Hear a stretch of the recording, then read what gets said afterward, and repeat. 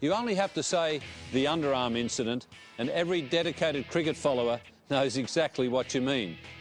This divisive incident, which rekindled memories of the animosity aroused by the Bodyline tour, occurred at the MCG in the third final of the 1981 series.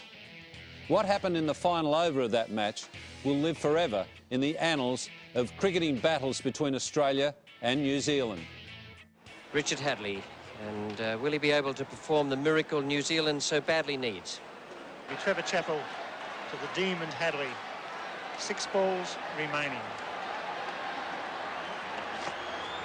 He's hit that and he's hit it well. It's going to Max Walker. And that's 4. My, what a start! Wow! 11 required for victory. 5 balls to be bowled. Well, I would say that Greg Chappell's got to get Max Walker out of that position. That's Hadley's favourite hitting position. Trevor Chappell. He's getting him out! Oh, well. Dear, oh dear.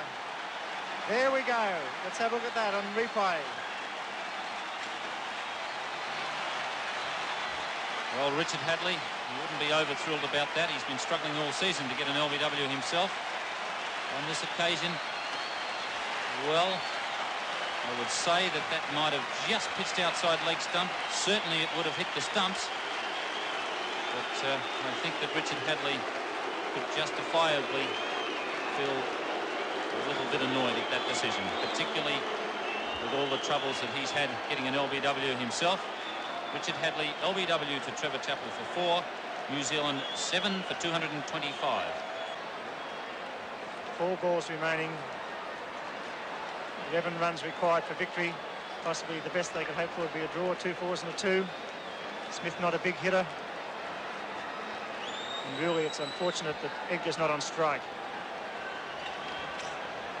Well, I'd have to disagree with Smith not being a big hitter. I saw him hit an awful big 6 off Dennis Lilly at the Sydney Cricket Ground. But it's a very tight situation for him. Young cricketer. International experience, not great. He's up against a bowler who is also not greatly experienced in international cricket. Well, what a pressure out there. Fieldsman everywhere. He's hit it well. Go for 2. And they get it. 3 wickets in hand. Marsh up for the stumping or the run through. He's hit that, and that's runs. That's at least 1. He'll probably go for the second, test him out. He's going. He's made it. He's home. What a great effort. Ian Smith, crowd is stunned. Fine running between the wickets. Tremendous courage. They need 7 off 2 balls, and let's look at a tie. 6 off 2 balls for a tie. 7 off 2 balls for a win to New Zealand. Trevor Chappell, the bowler. Smith, the batsman. 52,000 people in front of their seats. Bowler! There you go.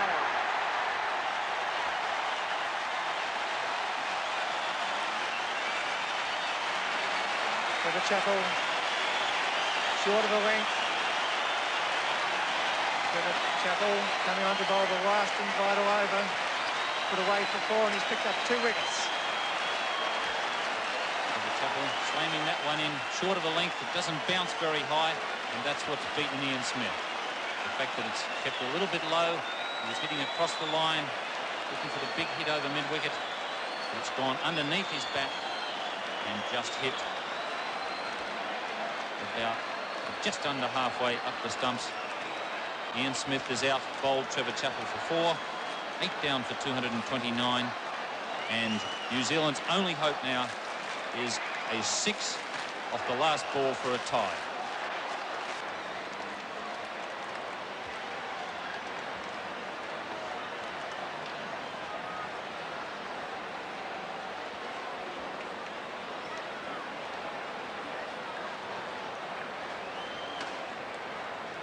Long discussion. Well, it looks to me as if they're going to bowl underarm off the last ball. Rod Marsh is saying no, mate, but I'm sure he's going to bowl an underarm delivery on the last ball and bowl it along the ground and be sure that it has not been hit for six. The umpires have been told, the batsmen have been told, and this is possibly a little bit disappointing. Let's make sure it is an underarm, but I've got the feeling it's a big ex-Victorian skipper. We're going to bowl an underarm. We haven't believed it. And that's a disappointing finish. Disappointed Brian McKechnie, the crowd boo. And it's all over. After 50 overs, New Zealand 8 for 229. Well, that's disappointing. Chris Edgar saying, what's going on? I'm very disappointed, Chris Edgar. At the moment, Cow is coming onto the field. Now, one of the New Zealanders are disappointed, and none of them more disappointed than their skipper, Geoffrey Howarth. There he is now, talking with the two umpires Cronin and Weezer, and I know exactly the reason he's out there. He's played his cricket over in the United Kingdom with Surrey for a number of years, and the Benson and Hedges domestic competition there is a series of rules designed to make the game flow freely and to avoid incidents such as the one that happened here today. Now, there is the relevant rule on page 2, and it says that no bowler shall be permitted to bowl underarm, and that's what Geoffrey Howarth is out there talking to them about. It is not in the Australian Benson Hedges World Series Cup rules because the administrators didn't put it in. I hope they put it in by tomorrow morning, otherwise there'll be a lot of criticism for what was a disgraceful performance out there today. The other thing is that the reason it all happened, in my opinion, is that the captain got his sums wrong. Now, from over number 42, we were saying in the commentary box that he'd made a nonsense of it and that he was going to be in trouble having Lilly bowl the 50th over, which was the ideal thing to do. You must have your best bowler bowl the 50th over. And Lilly, Marsh and Greg Chappell and Hughes were there counting on their fingers trying to work out who should bowl 46, 7, 8, 9 and 50. As it turned out, the sums were done so badly that Trevor Chappell was left to bowl the 50th over, and that's how it all happened. It was panic stations, and then when McKechnie had to hit a 6 off the last ball, just to tie, mind you, not to win, just to tie, then the panic became real, and they made certain that New Zealand couldn't tie the match.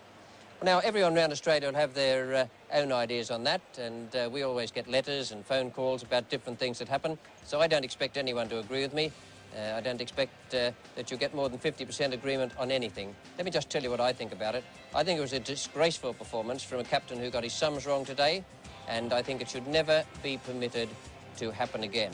We keep reading and hearing that the players are under a lot of pressure and that they're tired and jaded and perhaps their judgment and their skill is blunted. Well, perhaps they might advance that as an excuse for what happened out there today. Not with me, they don't. I think it was a very poor performance, one of the worst things I have ever seen done on a cricket field. Good night.